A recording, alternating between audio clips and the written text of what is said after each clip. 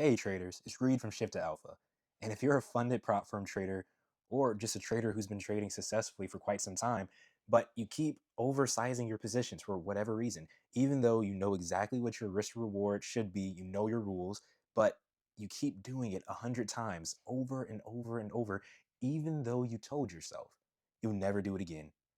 We made this video exactly for you. And if you're still trying to figure out what your strategy is, this isn't quite your video. This is more so a video for intermediate traders who's been trading for a while and know what they're doing. So if you don't have a strategy yet, or if you're still figuring that out, there's a lot of other resources to watch. This is specifically for the traders that know what to do, but they keep overscaling their trades. This is for the trader, again, who has that edge, right? You know your rules, you know exactly what your position size should be, but you keep investing larger and larger and larger sizes. In this video, we're going to go over one incredibly simple thing. It has one aim, and it's for us to understand the diagnosis of what you're doing, why your current strategy is failing to control your sizing behavior in the heat of the market. Because you have your size for a reason. Whatever that position size is there for a reason. And every time you break that, you're essentially breaking your strategy. And you should know that doing that repeatedly is going to give you much different results than what you should be getting if you actually follow your strategy. And it always comes when it matters the most, when the pressure is highest in your trading. So let's go over what this execution paradox is that we say. So you have the edge, and for whatever reason, you know your number, but you still keep oversizing over and over and over, and you call it greed.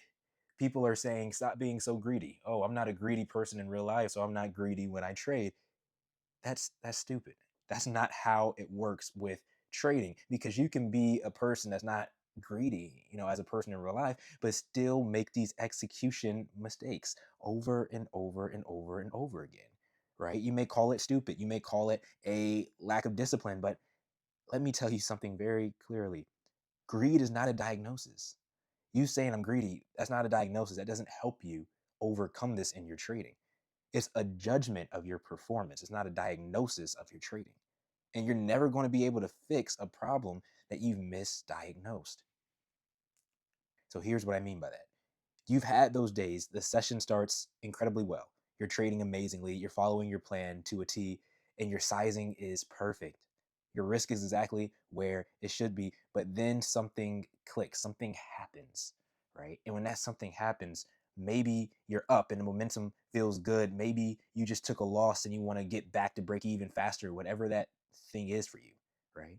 It may even be a setup that looks and just feels like a winner, and you think, man, this one's going to be worth the bigger position size. And that's when your hand moves, you size up the trade, not because you made a rational risk decision, but because something deep down on the inside, it told you, man, this trade is going to be a big one. Or, man, you really got to make up for those past losses. Or you haven't had a trade in the past 3 days, you really have to capitalize on this one. Whatever that voice is, after the trade, whether it wins or loses, you're going to think back and you're going to ask yourself, why did I do that? You know better. And you label it as greed, you label it as impulsiveness, stupidity, impatience, but none of those things labels exactly what actually happened in real time. And it's important for us to know at the end the sure thing that our mind always tells us. This is a intuitive bias. It's when a setup, a trade, it feels like a winner, and it's causing the thinking system, our prefrontal cortex, to relinquish risk control, meaning I'm going to double down or even triple down on this trade because I know this is the one. And that causes an increased appetite for risk and volatility. And here's the real mechanism here. Your brain has a reward system. When you trade and it works, when you catch a move, when the profit spikes, when the numbers climb in your account, your brain releases chemicals that feel good, and that's normal. That's how it should be. That's how the brain learns. It says, okay, this behavior produced a reward. I need to do more of this. In 120 milliseconds, that's the speed at which your reward system fires. And it bypasses the rational mind's ability to apply the brakes. So those feel good chemicals that's being released, that reward system firing after you win a trade, after you do something well in trading. It happens so fast that it bypasses your rational mind. It happens almost instantly. But here's the catch: what most traders don't understand, the reward system doesn't think in risk adjusted terms. It doesn't calculate your position relative to your drawdown limit. It doesn't know that you're a prop firm account with a maximum loss threshold. It doesn't know that you actually set your own limits. It doesn't understand that there's a certain amount of money you can't afford to lose. It just knows we got a reward. More action means more reward. Bigger sizes means bigger rewards. So when you're in a winning streak, or even after one good trade, the reward system escalates. It wants more of that. Not because you're greedy, but that's how the system is designed. It's the same mechanism that makes someone eat a second slice of cake or scroll social media for another hour, even though they have work to do. Reward seeking is the default mode in your brain when the system is activated. And at the same time, something else happens. Your thinking system, the part that evaluates risk, enforces rules, holds your position size steady. It requires energy to operate. It requires calm. It requires bandwidth. But when your reward system is firing, your thinking system loses its influence. Not completely.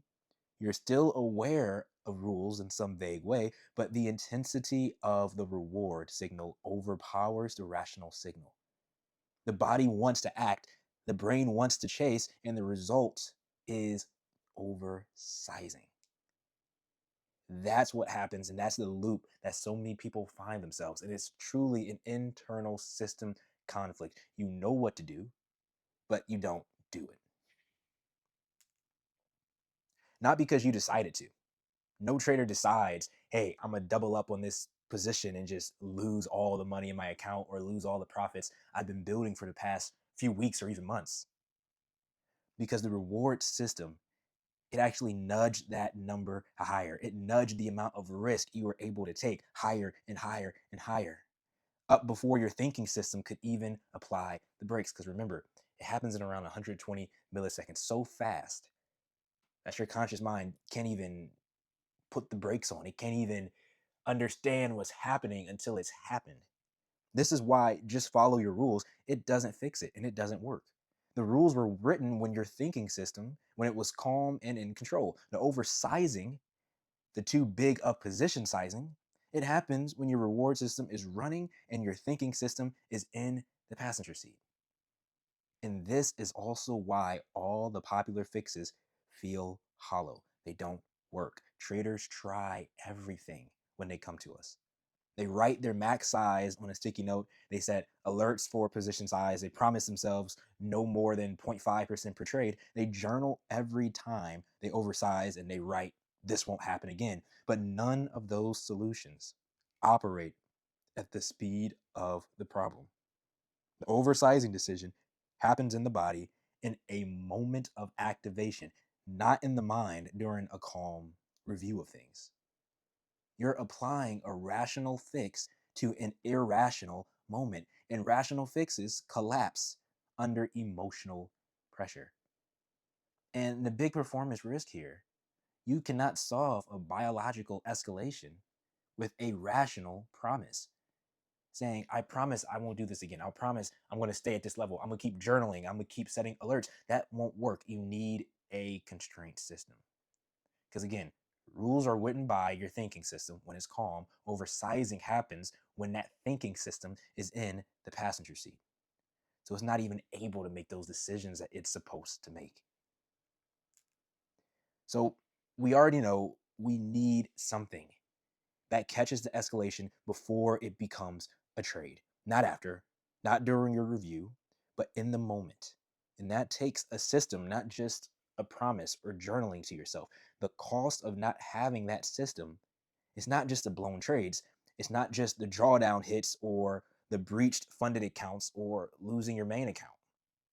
It's the slow destruction of your relationship with risk. And that's why so many traders come to the realization that you don't fear the market. you really fear yourself. And that's so important to wrap your mind around, because the more and more your relationship with risk becomes damaged because of your oversizing, the more you begin to fear yourself in the market instead of you fearing the market, which most people believe they actually fear. They don't understand where their fear is actually allocated. And that's a dangerous position to be in, because here's what happens over time: you start to fear yourself more than you fear the market. You don't trust your own sizing decisions. You second guess entries because you're worried about what you'll do once you're actually in a trade. You reduce your trading, not strategically, but proactively. You're managing yourself instead of managing the trade, and that creates a completely different problem. Now you're running under these false assumptions of what oversizing truly means for you. You're under trading, missing valid setups, cutting winners short because you don't trust yourself to hold when you need to. Your oversizing problem, it has created an execution problem. But not just an execution problem, it created an under execution problem. You're not taking as many trades as you're supposed to take. You're under trading. And not just under trading, you're also cutting your winners. And you have this all the time in your trading. You are exiting trades too soon for small gains just to protect your account. And it's always driven by fear of impulsive decisions. So you cut your winners early and you start to protect, reducing frequency to manage yourself rather than the market. And that's resulting in missing your alpha, missing that state of your trading you know you're supposed to be in, that you know that you can achieve if you just stick to your strategy long enough. And this is the cost when it comes to actually sizing up. It takes so much more damage than just the monetary value that you see in your account. It's the erosion of your performance that happens as a side effect of unmanaged sizing impulses. Notice here we said unmanaged because you're going to have sizing impulses, period. You're a human being. And we're not going to say that won't happen, because it will. But it's the unmanagement of it, it's the ignoring of it, it's the not having a system for it. So, what's the real fix here? We understand why overtrading is so dangerous, the different fronts that it hits, but what can we do about it? It's not about more rules or about position sizing. That was never the issue to begin with. It's an execution architecture. We call it as Shift to Alpha, an alpha trading plan that uses a strategy you already have, and it builds a constraint that holds when your reward system is activated and wanting you to double, triple, or quadruple your position sizing. It doesn't fight against your biology. It stops fighting your biology and start accounting for it. It builds the constraint that holds when impulses fire, and it shifts to your constraints. You move from, I'll try following this rule and journaling about how you'll never size up like you did again and wiping out weeks worth of profits, to actually having a constraint that keeps you true to what you said. Right? A state management, designing an environment that acknowledges the biological push instead of denying it. You cannot deny something that's biologically built within your own mind. That's trading against your mind. That's trading against your biology. If you've seen our past videos, you know that if you try to trade against your biology, it will not work long term. It never does. That's like trying to swim upstream. And your biology is, look, you're going to have impulses in your trading. We can reduce the amount of impulses you have, but they're going to come. So when they do come, we need a plan. A system is stronger than a promise. We need a plan, a system, an architecture to make sure that you stay true in these moments in your trading so you can trade more consistent. Because the way to truly achieve in trading is not to have a huge one-off trade, but it's to stay consistent over a span of trades. And you'll look back a month, 2 months, 3 months, 6 months, a year from now, and be in awe of where you've gone, of the progress that you've made because of consistency, not tripling a position size and having a big win.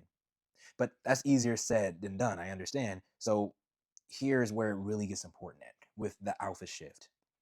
It doesn't fight your biology, it accounts for it. It creates decision points before the moment of escalation, before you triple your position size, so that the time the impulse actually fires, your constraint is already in place, right? And that specific architecture is different for every trader. Because the reason why people get triggered, the reason why people size up, the reason why people decide to go trade different markets, when this market is slow, the reason why traders do things is specific to them. So it has to be unique and it has to be tailored to you. But it's going to look at exactly what your data is, because everyone's data is unique, instead of having a generic position size or a generic position size rule that treats every oversizing pattern like it's the same, that doesn't really fix it. Instead, it's going to be something that's pre-locked to you, constraint based and non-negotiable. Because the thing that's important is that willpower is a depletable resource. So the more you try to stay true to whatever position sizing you have, eventually it's going to blow up, because you can't hold willpower forever. I like to make this analogy with traders all the time. When somebody is trying to quit smoking or quit drinking, they may have a great stretch for a week, maybe even 2 weeks or a month. But if they don't truly change the system, the architecture, they don't truly change within them, eventually that willpower is going to wear off. And the drinking is going to come back, and the smoking is going to come back, and it's going to come back stronger than ever. Why? Because willpower gets weaker the more you use it. And the same is true with trading. So here's the number one concept for this video, the shift that needs to happen right now before your session even starts.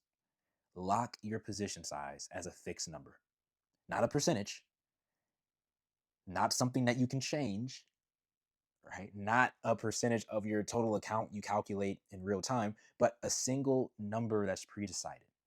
Write it down.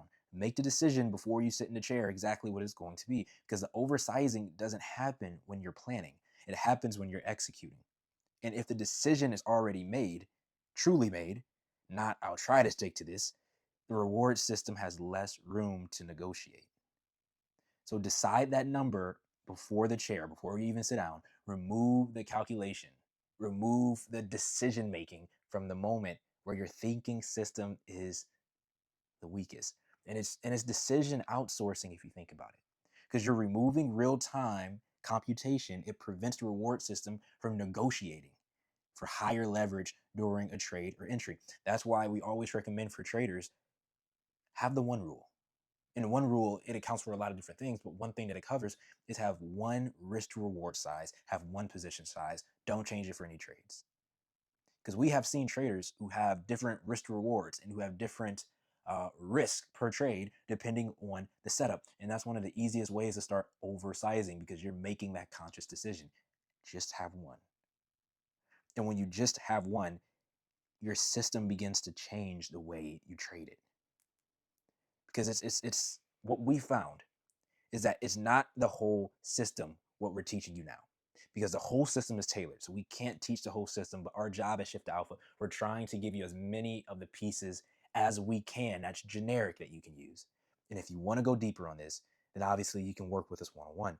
But removing the calculation from the moment your thinking system is weakest is one of the ways you can get yourself out of this over trading. That's the real issue.